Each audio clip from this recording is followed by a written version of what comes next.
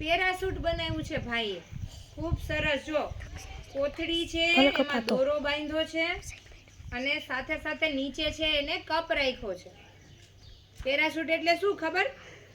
જ્યારે આપણે ઊંચાઈએ હોઈએ અને આપણી પાસે હેલિકોપ્ટરનો કે એનો કોઈનો સહારો ના હોય ને, ત્યારે આપણે પર્વતારોહકો પોતા ઉપરથી નીચે પડે ને એને વાગે નહીં ને, એના માટે એ લોકો પેરાશૂટની કીટ આવે, બેગ આવે, જેના કારણે આની અંદર હવા હોય ને, એ હવાથી તમે છત્રી કેવી હોય એવી છત્રી આમ ખુલી જાય અને પછી ઉપરથી નીચે આવે ને ક્યાંય વાગે નહીં અને ઉડતા ઉડતા ઉડતા ઉડતા પર્વતારોહકો ગમે ત્યાંથી એક જગ્યાએથી બીજી જગ્યાએ જઈ શકે છે.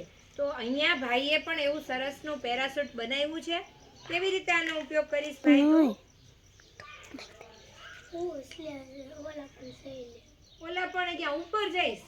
ઓકે ઓકે, જા દોડતો દોડતો જા. ચલો ચલો આપણે જોઈએ પેરાશૂટ કેવી રીતે ચાલુ થાય છે. ભાઈ ઉપર ચડે છે પેરાશૂટ. તમને એનો સિદ્ધાંત કહી દઉં કે પેરાશૂટની અંદર કોથળી છે ને, એ એક છત જેવું કામ કરે છે.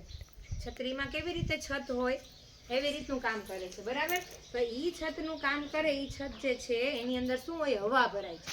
નીચેની બધી હવા કેમાં ભરાય છે? એમાં ભરાય છે.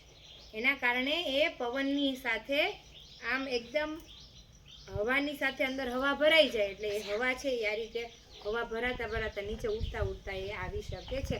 તો આપણો ભાઈ છે એ અગાસી ઉપર વયો ગયો અને હવે પેરાશૂટને ઉપરથી નીચે તરફ ધીરેથી રાખશે. વેરી ગુડ, બહુ સરસ.